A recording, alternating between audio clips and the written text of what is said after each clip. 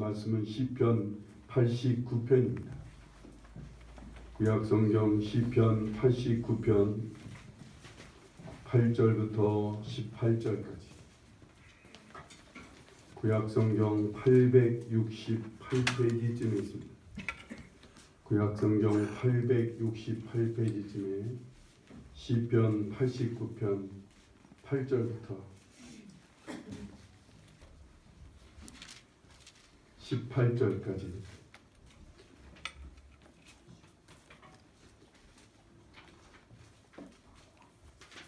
한 절씩 교독하겠습니다. 여호와 만군의 하나님이여, 주와 같이 능력 있는 이가 누구리이까?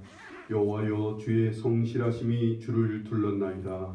주께서 바다의 물을 다스리시며 그 파도가 일어날 때 잔잔하게 하시나이다. 주께서 라합을 죽임당한 자같이 깨뜨리시고 주의 원수를 주의 능력의 팔로 흩으셨나이다. 하늘이 주의 것이요 땅도 주의 것이라. 세계와 그 중에 충만한 것을 주께서 건설하셨나이다. 남북을 주께서 창조하셨으니 타볼과 헤르몬이 주의 이름으로 말미암아 즐거워하나이다. 주의 팔에 능력이 있사오며 주의 손은 강하고 주의 오른손은 높이 들리우셨나이다. 의와 공의가 주의 보좌의 기초라. 인자함과 진실함이 주 앞에 있나이다. 즐겁게 소리칠 줄 아는 백성은 복이 있나니 여호와여, 그들이 주의 얼굴빛 안에서 다니리로다. 그들은 종일 주의 이름 때문에 기뻐하며 주의 공의로 말미암아 높아지오니. 주는 그들의 힘의 영광이심이라. 우리의 뿔이 주의 은총으로 높아지오리니. 우리의 방패는 여호와께 속하였고 우리의 왕은 이스라엘의 거룩한 이에게 속하였기 때문이니이다.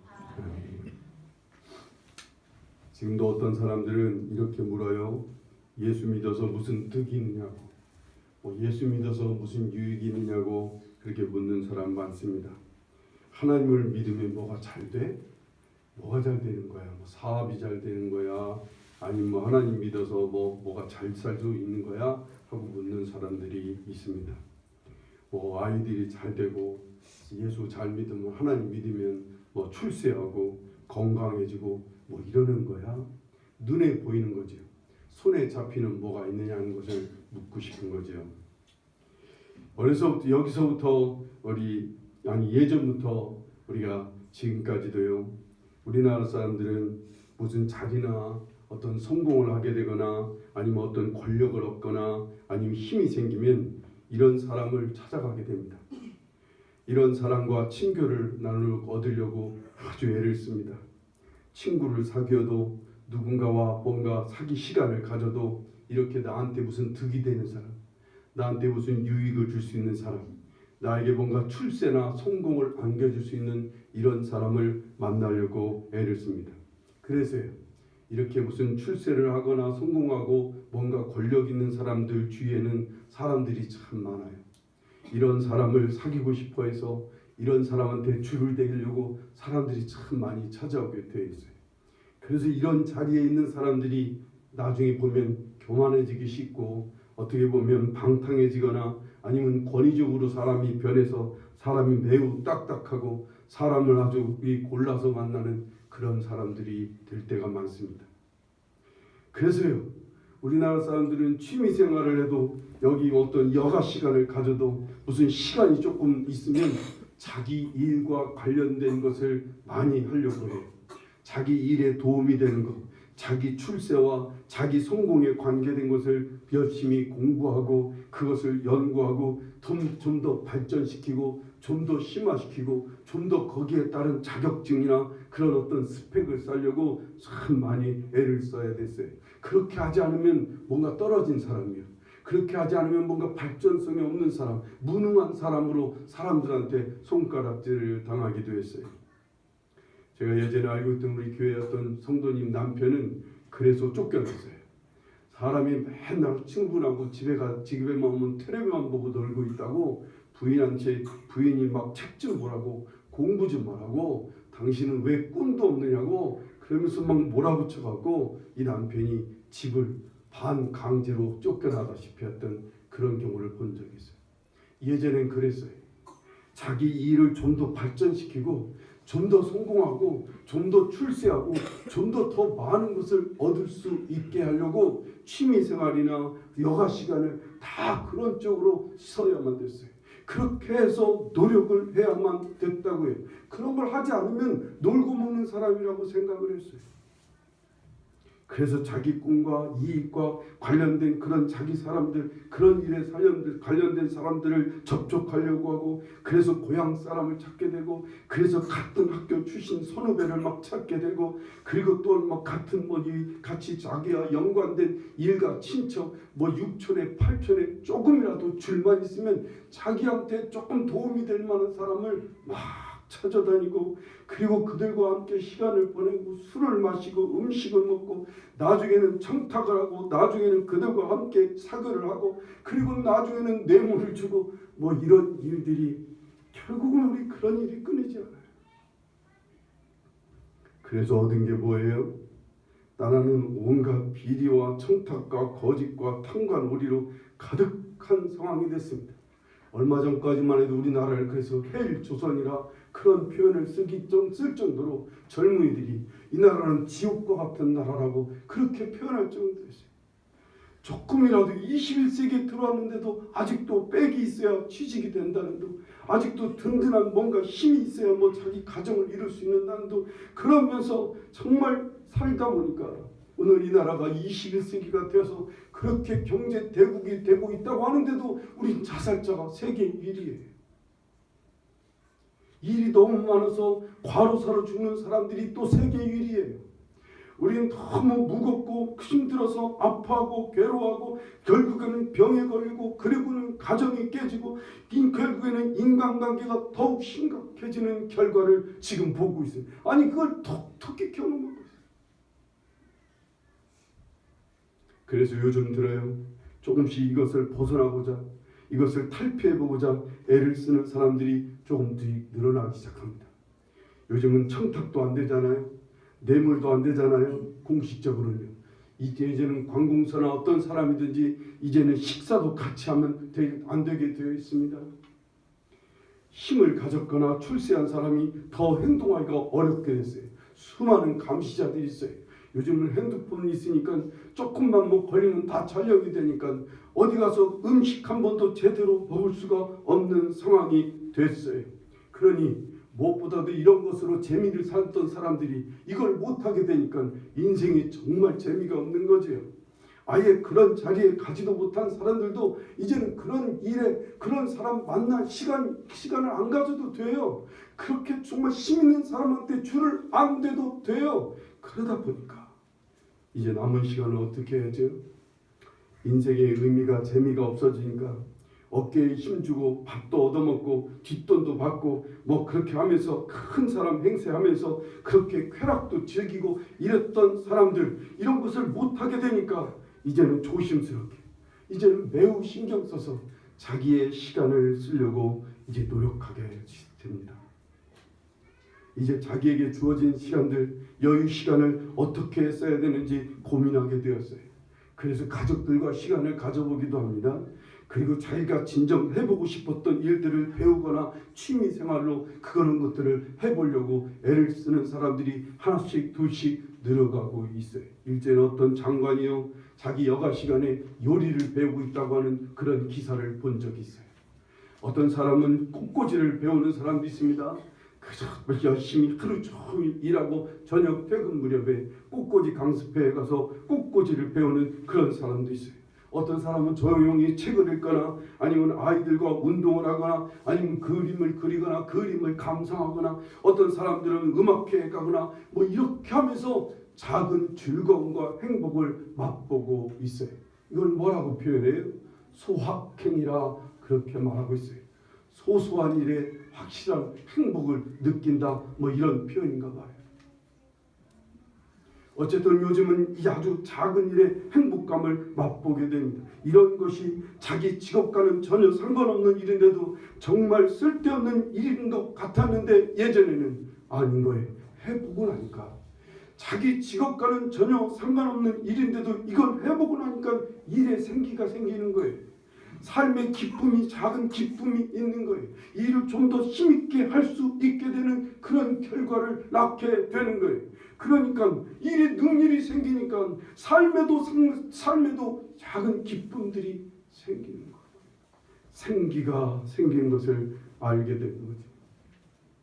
처음 질문을 다시 한번 생각해 보십시다. 예수님 믿어서 뭐가 득이 있어요? 돈이 생깁니까? 출세를 합니까? 아니면 성공합니까? 아니면 죽을 사람이 살아나고 망하는 사람이 막 대박나고 그럽니까? 공부 못하는 학생들이 공부를 막 갑자기 성적이 오르고 그래서 잘 되는 그런 결과가 보입니까? 이게 예수 믿는 결과예요. 예전에는 그걸 기대했어요. 예전에 우리 많은 성도들이 이걸 바랬어요. 자기는 절대로 기복신앙이 아니라고 말하면서도 열심히 기복신앙 속에서 살아왔다고요. 그걸 늘 추구하고 그걸 늘 바래왔어요. 그런데 아니에요. 세상도 그걸 아닌 걸 알았다고요. 예수님 잘 믿으면, 하나님을 잘 믿고 섬기면 우린 뭘 받아요? 우린 복을 받습니다. 돈보다도 출세보다도 성공이나 쾌락보다도 더한 복을 받습니다. 그걸 쉽게 말하면 더한 행복을 얻는다 그 말이에요. 이 복은요, 인생을 풍성하고 넘치게 합니다. 인생을 나누고 베풀고 누리게 하는 거예요. 어떻게? 관계를 좋게 만들어요. 사람과 사람 사이의 관계를 좋게 만들고요. 하나님과 사람 사이의 관계가 좋아지게 만들어요. 우리가 예수 잘 믿으면, 우리가 하나님을 잘 섬기면 하나님과 나와의 관계가 좋아져요. 사람과 사람과의 좋은 관계를 맺게 해서 성령 행복을 누리게 하는 거예요. 우리가 예수 믿고 구원받고 그래서 하나님 나라에 들어가 그 하나님 나라에서 누리는 그 풍성한 복이 무엇인지를 누리게 되는 게 이 예수 잘 믿는 결과인 거예요. 이렇게 하나님을 잘 믿으려면, 우리가 이렇게 예수님을 잘 믿으려면 하나님을 잘 알아야 된다 그랬어요. 우리가 하나님이 어떤 분, 내가 믿는 분이 어떤 분인지를 우리가 잘 알아야 돼요. 하나님이 호세아서도 말씀하시기를 내 백성이 망하는 것은 여호와를 아는 지식이 없어서 망한다, 그렇게 표현하고 있습니다. 이 말을 쉽게 풀이하면, 왜 하나님을 믿는다고 하는 사람들이 왜 잘못된 길로 가는 거예요?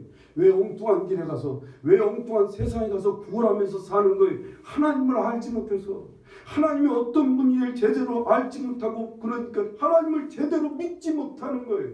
그러니까 하나님과의 관계가 좋아질 수가 없어요. 그러다 보니까 엉뚱한 길로 빠지게 되는 거예요. 그런데 하나님을 아는 지식이 있으면 그분이 어떤 분인가를 잘 알수록, 하나님이 어떤 분인가를 잘 알면 알수록 하나님을 잘 믿게 돼요. 하나님과 좋은 관계를 누릴 수가 있게 된다 그 말입니다. 오늘 말씀은요, 아주 짧은 본문이지만 하나님이 어떤 분인지 우리에게 너무나 잘 가르쳐 주시고 계세요. 하나님이 어떤 하나님이신지 너무나 짧지만 아주 크게 설명을 하는 구절이 오늘 본문 말씀입니다. 우리 한번 8절을 한번 보실까요? 8절 말씀을 보세요. 여호와 만군의 하나님이여 주와 같이 능력 있는 이가 누구리이까? 여호와여 주의 성실하심이 주를 둘러나이다. 주와 같이 능력 있는 이가 누구리이까?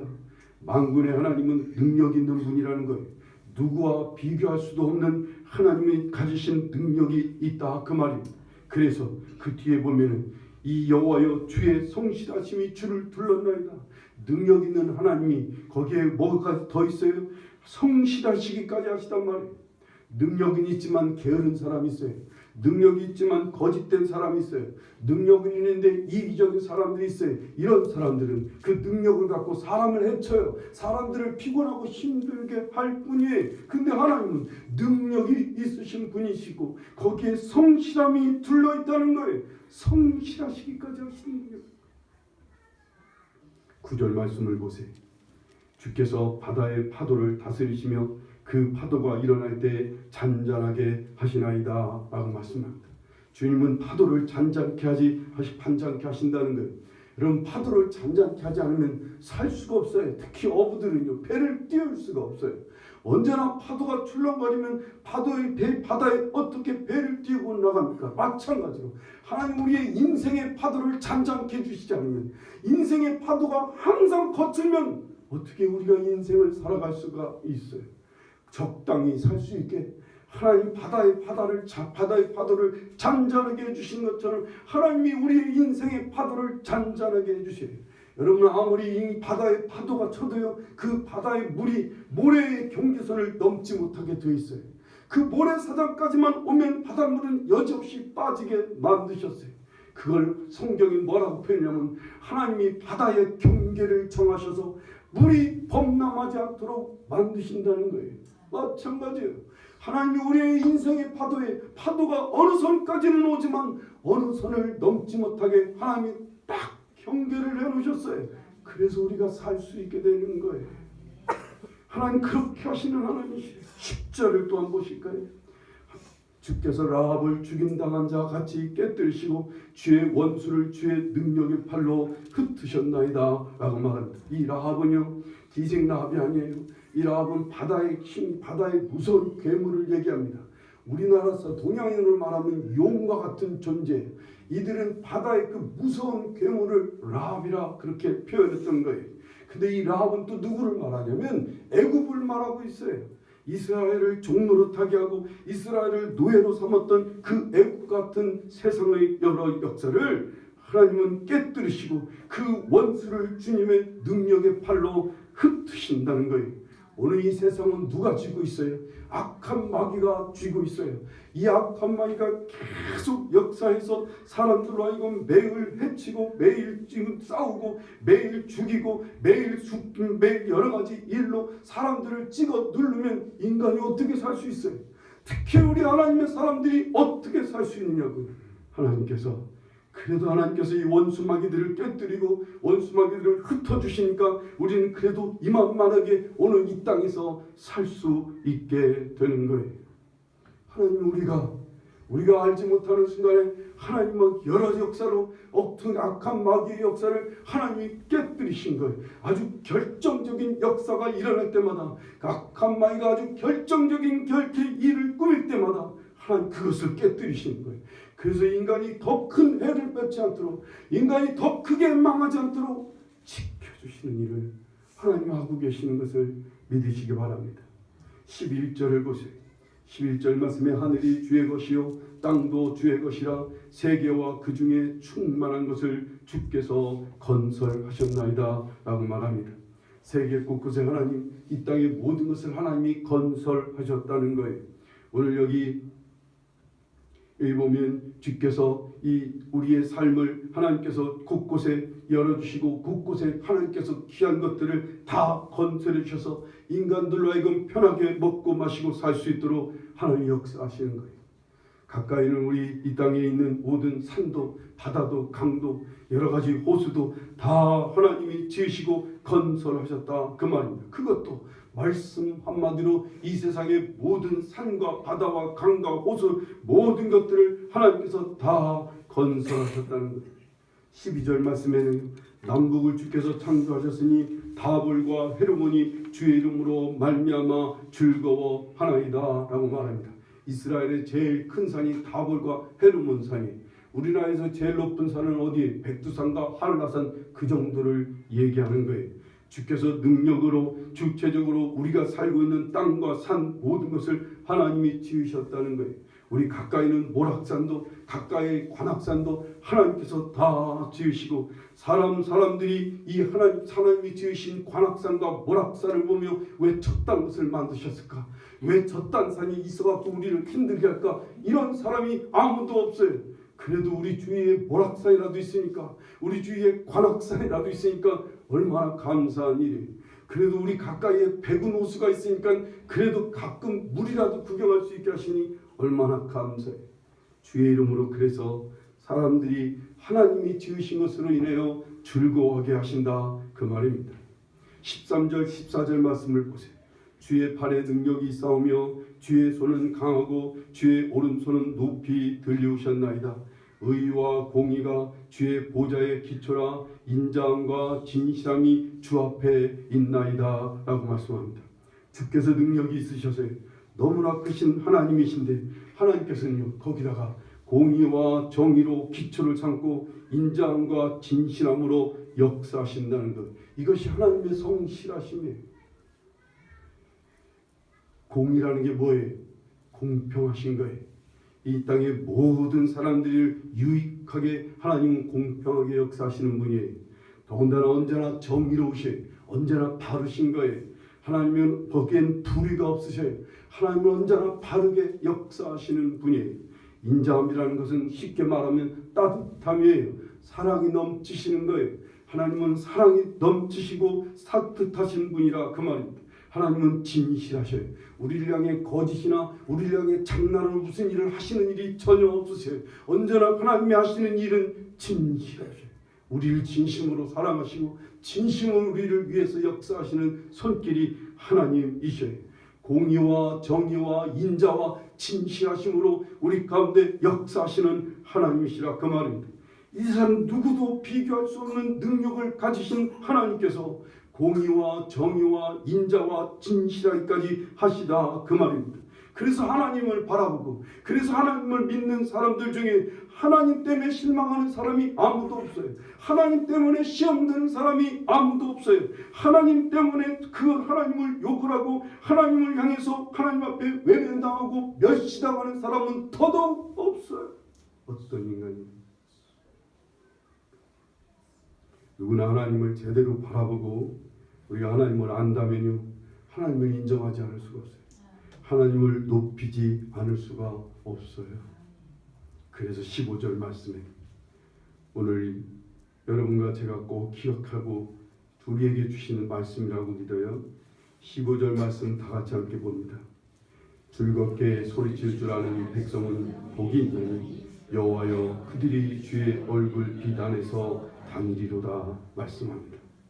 어떤 백성이 복이 있다고 하셔요? 우리 하나님을 향해 즐겁게 소리칠 줄 아는 백성이 복이 있다는 거예요.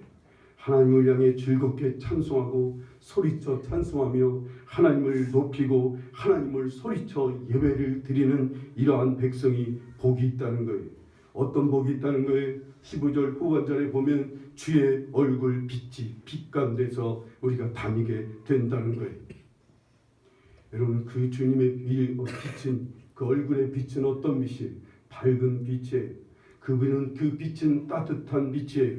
거기에는 아름다움이 있고 사랑이 넘치고 거기는 밝은 맑고 아름다운 그런 얼굴빛이에요. 우리는 그런 주님의 얼굴빛 안에서 산다 그 말입니다. 예수님에게는 하나님에게는 그늘이 없으세요. 거기는 어둠이 없어요. 거짓이나 두려움이나 진노하심이 없는 밝은 주님의 빛 가운데서 살 수 있단 말이에요. 어떤 사람은 어두운 하나님, 진노의 하나님 속에서 살 수밖에 없어요. 근데 하나님을 소리칠 줄 아는 백성, 하나님께 소리쳐 예배드릴 줄 아는 백성들은 어떤 복을 받게 되냐면 하나님의 주님의 밝은 얼굴 빛 가운데서 산다 그 말입니다. 여러분 아이들이요, 어둡고 그늘진 부모 밑에서 사는 아이들은요, 그 부모의 눈치를 봐야 돼요. 부모가 때로는 괴롭고 힘들어요. 얼굴빛이 뭔가 심상치 않은 얼굴빛을 보이는 부모 밑에 아이들은 늘 그 아이들도 어두울 수밖에 없어요. 아이들이 그 어떤 것을 입어도 그 어떤 환경에 살아도 그 아이들은 전혀 행복해 보이지 않아요. 왜? 늘 부모의 어두운 얼굴 속에 사니까. 그 부모의 그늘진 얼굴을 보면서 사니까 아이들은 그 속이 부모가 하늘인데 하늘인 부모의 얼굴빛이 늘 어두우니 늘 거짓되고 늘 그것이 그 그늘져 있으면 아이들은 그 빛 가운데서 정말 어둡게 살 수밖에 없어요. 여러분 부모의 얼굴빛이 밝아요. 부모가 참 맑아요. 부모가 참 기쁨이 있어요. 그늘이 없어요. 그러면 아이들도 그늘이 없는 거예요. 아이들도 그늘 없이 살아요. 성도도 마찬가지예요. 하나님의 밝은 얼굴빛 가운데 사는 성도들은 늘 밝게 살아요. 거기에는 어둠이 없어요. 그늘이 없어요. 하나님의 밝은 빛 가운데서 늘 자유와 기쁨 속에 풍성해서 살 수가 있어요. 그런 복을 주님께서 주신다 그 말입니다. 그래서 16절을 보세요. 16절에 그들은 종일 주의 이름 때문에 기뻐하며 주의 공의로 말미암아 높아지오니라고 말씀합니다. 종일 매일 주님만 바라보고 생각하고 떠올려 보기만 해도 기쁨이 있다는 거예요. 이 기쁨은 삶의 활력이 되는 거예요. 인간 관계의 힘이 되는 거예요. 기쁨으로 일하게 되고 기쁨으로 사람을 사랑하고 섬기는 것이 됩니다. 기쁘게 공부하게 되고 기쁘게 살 수 있게 됩니다. 그뿐 아니라 공의로우신 주님께서 이러한 그들을 공의로운 가운데서 그를 높여주신다는 거예요.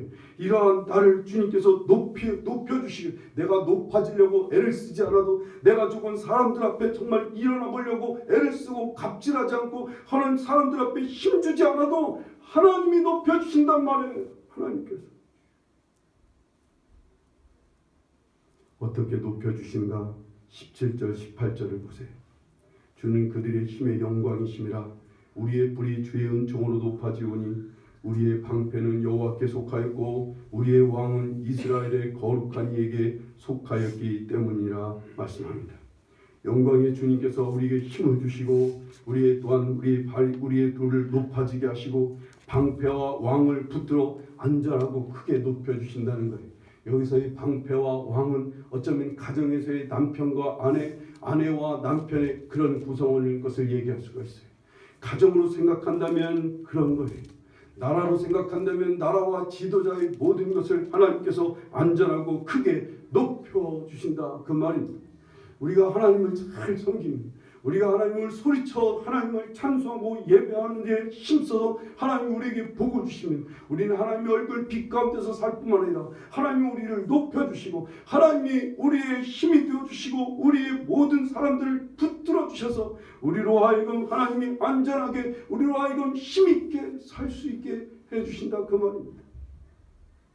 능력의 하나님 온 천지 만물을 지으시고 자연 현상을 하나님께서 경계를 정해 넘지 못하게 하시고 원수들을 누르시고 흩으시고 역사하시는 그 능력의 하나님, 그런 하나님이 공의와 정의와 인자와 진실하심으로 우리를 다스려 주시고 우리를 둘러서 우리를 공평하게 따뜻하게 우리를 진실하게 우리를 이끌어 주셔서 우리를 높여 주시고 우리로 주님의 밝은 빛 가운데서 살게 해주시는 그 하나님이 우리의 하나님이 되어 주신다 그 말입니다. 우리가 믿는 하나님이 바로 그 하나님이신 그 하나님인 줄을 믿고 그 하나님을 힘써 소리쳐 찬송하고 소리쳐 하나님을 예배하는 자에게 하나님 복을 주시는데 이러한 복을 주시겠다 그 말입니다. 하나님 높여주신데 주의 얼굴 빛 안에서 기뻐하며 살 수 있게 해주시는 귀한 복을 누릴 수 있게 해주신 것을 믿으시기 바랍니다. 예전에 어떤 제가 고등학교 때 가르쳤던 제자 하나가 어떻게 물어물어 제가 여기서 목회하고 있다는 걸 알고 전화해 갖고 찾아온 적이 있어요. 찾아와서 막 만나자마자 막 달걀똥 같은 눈물을 흘리는 거예요. 알고 보니까는 아이 둘을 키우느라고 아주 넓은 매일마다 전쟁 아닌 전쟁 같은 삶을 산다는 거예요. 그것도 힘들어 죽겠는데 저는 이제 만나자마자 교회 잘 다니냐고 묻잖아요. 교회 잘 다녔느냐고. 교회는 잘 다닌대. 교회에 가면 거기에 시아버지 시어머니가 있고 시할머니까지도 있고 그 다음에 시아버지의 남자 동생 그러니까 작은아버지 형제들 다 있대요. 교회에 가면 시댁 식구들이 다 있대. 거기만 가면. 그래서 교회를 가는 게 아니라 시댁 식구를 만나러 가는 거래요. 그래서 남편은 막 신나갖고 교회를 가는데 자기는 전혀 신나지가 않고 자기는 너무 괴롭대요. 집에서도 일주일 내내 애들 갖고 전쟁을 치르고 그리고 주일날 교회 가면 시댁 식구들 밑에서 눈치 보면서 신앙생활을 해야 돼서 너무 힘들다는 거예요. 그래서 제가 얘기 한참 듣다가 저도 그냥 하는 말이 그냥 신경 쓰지 말고 예배를 드리는 일에 신경 써봐. 그냥 예배에 집중해보라고. 시댁 식구 만나러 간다 생각하지 말고 하나님께 예배를 드리러 간다 그렇게 생각하고 힘써 하나님께 예배를 드리는 일에 집중해보라고. 애들 둘 데리고 예배를 드리는 게 제대로 드려지겠어? 어렵지만 마음을 보시는 하나님이시잖아.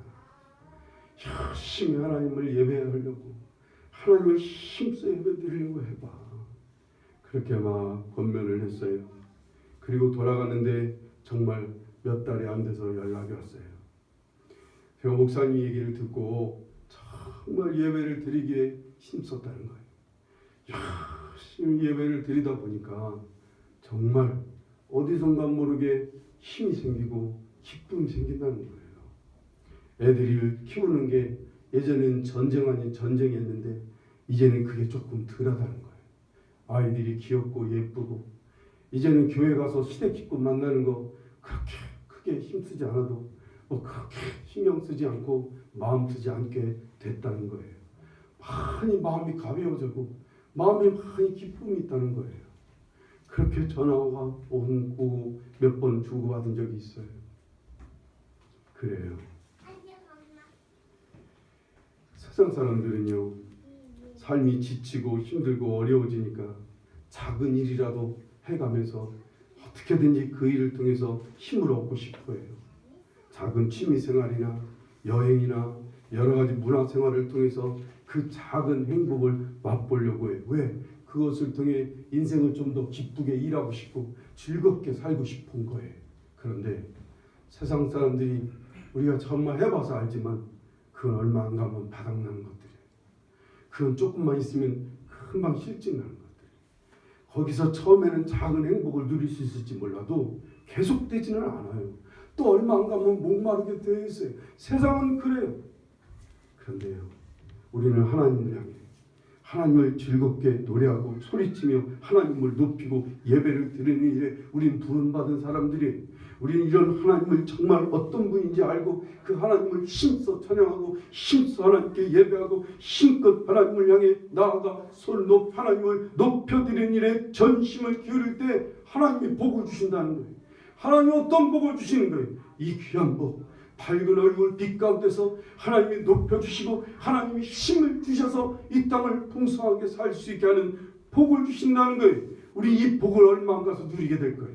우리가 힘써 하나님을 찬송하며 우리가 힘써 하나님을 예배를 드리는 일에 힘쓰게 될 때 얼마 안 있어부터 눈에 띄게 눈에 보이기 시작할 거예요. 하나님을 예배한 것뿐인데, 내가 힘써 하나님께 예배를 드리려고 애를 쓴 것뿐인데, 기뻐하며 하나님을 정말 찬송하고 예배하려고 한 것뿐이었는데 어디서 모르게 내 안에서 힘이 생겨요. 기쁨이 생겨요. 삶의 활력과 생기가 자꾸만 솟아오는 거예요. 내가 힘쓴 것도 아니에요. 하나님께서 그렇게 나를 이끌어 주세요. 조금씩 사람들이 나를 부러워해. 사람들이 조금씩 나를 인정해주는 사람들이 생기기 시작해요. 예전에는 외모 갖고 인정받으려고 했는데 아니에요. 내 사는 모습이 내 얼굴 빛 하나 갖고도 삶의 태도 하나를 보고도 사람들은 나를 칭찬해요. 나를 인정해주기 시작해요. 예수 믿으니까 무슨 득이 있느냐고요? 복을 받는다니까요. 예수 그리스도를 잘 믿으면 우리는 복을 받습니다. 우리는 행복을 얻는다고 사람들한테 여러분 이제 증거해 주셔야 돼요. 사람들한테 이걸 전해야 돼요. 마르지 않고 다함이 없게 하나님께서 날마다 샘솟게 복을 주신다고요. 생을 즐겁게 생을 기쁘게 살 수 있는 힘을 날마다 주신다고요. 이걸 사람들한테 증거해야지. 사람들한테 이걸 보여줘야 돼요. 사람들한테 이걸 나타내줘야 돼요. 특히 우리 자녀들에게, 우리의 자녀들에게 이걸 보여줘요. 자녀들이 이걸 보고 느낄 수 있게 우리가 하나님 앞에 복을 받아요. 자녀들은 말하지 않아도 다 봐요. 자녀들은 말하지 않아도 다 느껴요. 다 느껴요. 우리 자녀들에게 우리가 예수 그리스도를 믿어 복을 누리고 산다는 것을 자녀들이 느낄 수 있게 우리 예수 잘 믿는 여러분과 제가 되기를 간절히 바랍니다. 우리 하나님을 힘써 소리치고 찬양하며 예배드리는 일에 힘써 다해서 마음을 다해서 하나님이 주시는 복을 누려 자녀들에게까지도 그것이 누려질 수 있게 우리 자자손손이 그것을 누릴 수 있는 복이 자자손손이 이어질 수 있는 역사가 있기를 간절히 축원합니다. 기도하시겠습니다.